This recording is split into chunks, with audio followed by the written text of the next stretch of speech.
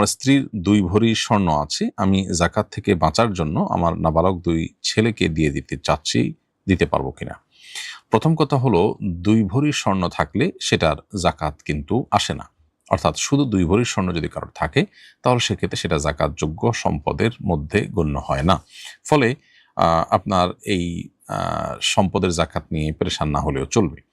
দ্বিতীয়ত কথা হলো যে 2 ভরি স্বর্ণের পাশাপাশি যদি আপনার অন্য কোনো টাকা পয়সা থাকে বা অন্য কোনো ব্যবসার মাল থাকে, যেগুলো একত্র করলে বা অন্য যাকাতযোগ্য মাল যদি সাথে থাকে, সেটা যদি একত্র করা হয়, তাহলে সেক্ষেত্রে উভয়টার যে সামষ্টিক মূল্য সেটা যদি 52.5 ভরি রূপার সমপরিমাণ হয়, তাহলে কিন্তু যাকাত আবার প্রযোজ্য হবে ঠিকই।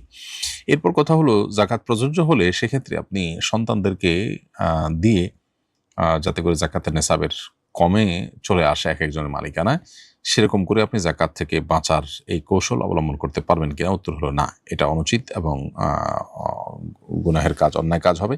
তবে যদি এরকম করেন, তাহলে সেক্ষেত্রে ঠিকই আপনার উপরে যাকাত বর্তাবে না।